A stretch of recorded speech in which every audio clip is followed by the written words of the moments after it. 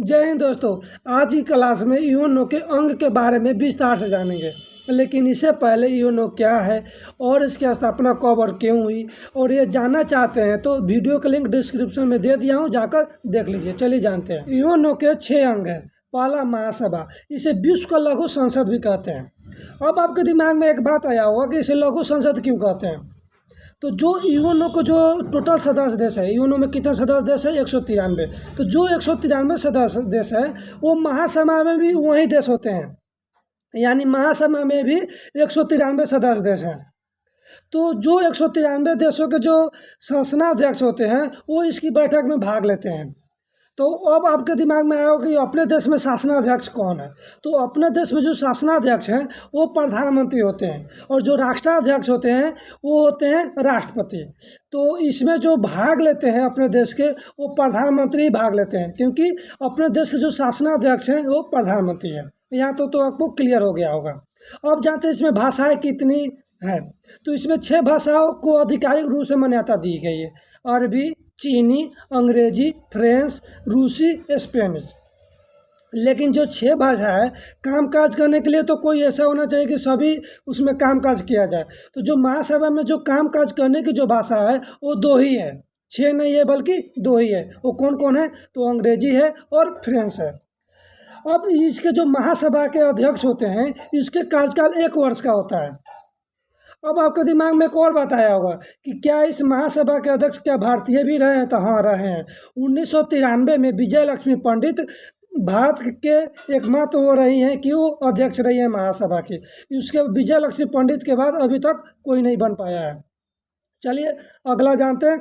दूसरा जो अंग है वो सुरक्षा परिषद। और मेन रूप से जो यूएनओ को जो पूरी शक्ति है, अगर सोचा जाए लॉजिक की दृष्टि से, तो सुरक्षा परिषद के ही पास होती है, क्योंकि सुरक्षा परिषद में जो अस्थायी देश हैं उन्हीं के पास वीटो होती है, और वीटो एक प्रकार से बहुत ही शक्तिशाली है पूरा यूएनओ को देखने के लिए। तो चलिए, इसकी जो स्थापना हुआ था वो 17 जनवरी 1946 में हुआ था, और इसमें टोटल 15 देश होते हैं, यानी कि इसमें जो सदस्य देश हैं वो 15 होते हैं। जो 15 देश हैं उसमें से 5 अस्थायी होते हैं। अस्थायी कौन कौन सा है मैं पहले ही बता दिया हूँ: चीन, यूके, यूएसए, रूस और फ्रांस।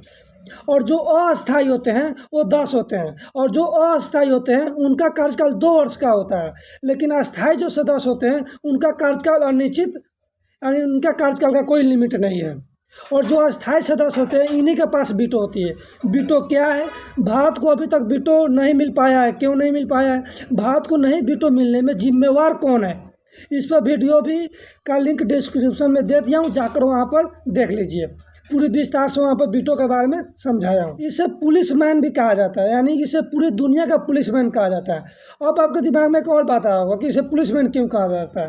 तो जो सुरक्षा परिषद, मैं पहले भी कहा कि जो इसके अस्थायी देश हैं उनके पास वीटो होती है, और जो एक प्रकार से कहा जाए तो इसमें जो पूरे जितने भी देश हैं उनके सैनिक इसमें रहते हैं, यानी कि थोड़ी थोड़ी मात्रा में सभी का सैनिक का एक गुट होता है।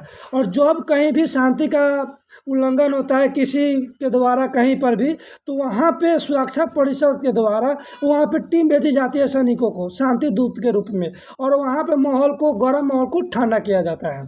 तो इसीलिए इसे पूरा दुनिया का पुलिसमैन भी कहा जाता है। यूएनओ के जो तीसरा अंग है वो है आर्थिक और सामाजिक परिषद। इसकी स्थापना 26 जून 1945 में हुई थी, और इसमें सदस्य है 54 सदस्य है। इसमें 54 सदस्य है, और इनके एक सदस्य का कार्यकाल 3 साल का होता है, और हर 1 सालों पर 1/3 सीटों पर इसका चुनाव होता है। यानी इसका जो चुनाव होता है हर साल 1/3 सीटों पर चुनाव होता है। चौथा अंग, न्यास परिषद। इसकी स्थापना 1945 में की गई थी, और इसका जो मुख्यालय है वो न्यूयॉर्क में ही है, और इसका निलंबन 1 नवंबर 1994 में कर दी गई। इसका निलंबन क्यों कर दी गई? क्योंकि जो न्यास परिषद की जो स्थापना हुई थी वो यूएनओ के साथ ही हुई थी, और इस उद्देश्य से हुई थी कि जैसे कोई देश बहुत ही गरीब है, बहुत इतना गरीब है कि वो अपना देश चला नहीं पा रहा है, या किसी देश के गुलाम है, तो वैसे देश को सपोर्ट करने के लिए बनाया गया था।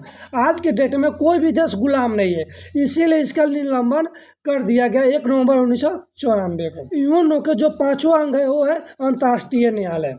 इसका मुख्यालय नीदरलैंड के हेग में है।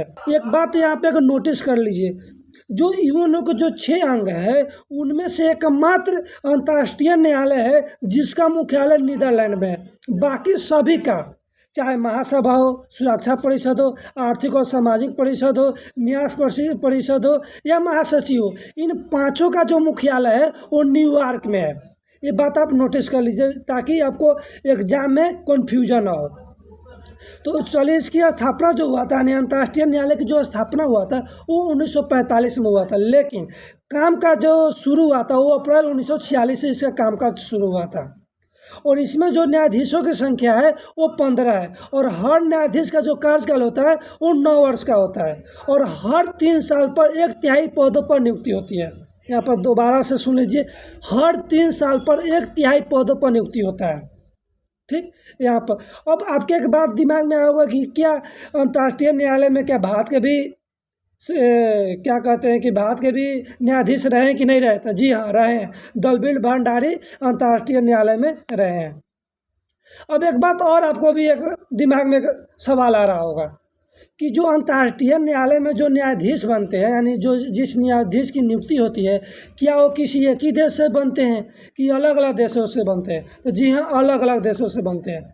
अफ्रीका से 3, लैटिन अमेरिका कैरेबियन देशों से 2, एशिया महाद्वीप से 3 की नियुक्ति होती है, पश्चिमी यूरोप से 5 की नियुक्ति होती है, पश्चिमी यूरोप से 2 की नियुक्ति होती है। ठीक, यानी कि जितने भी देश महादेश हैं उनमें से अलग अलग देशों से अलग अलग नियुक्ति होती है। ठीक, तो दोस्तों, संयुक्त राष्ट्र संघ जो टॉपिक है उसको 3 भागों में कंप्लीट कर दिया हूँ, प्ले लिस्ट में भी एक जगह इकट्ठा कर दिया हूँ, तो वहाँ से अभी आप देख सकते हैं। तो दोस्तों, ये जानकारी कैसी लगी कमेंट बॉक्स में ज़रूर बताएं। मिलते हैं फिर अगले टॉपिक के साथ अगली क्लास में, तब तक के लिए जय हिंद।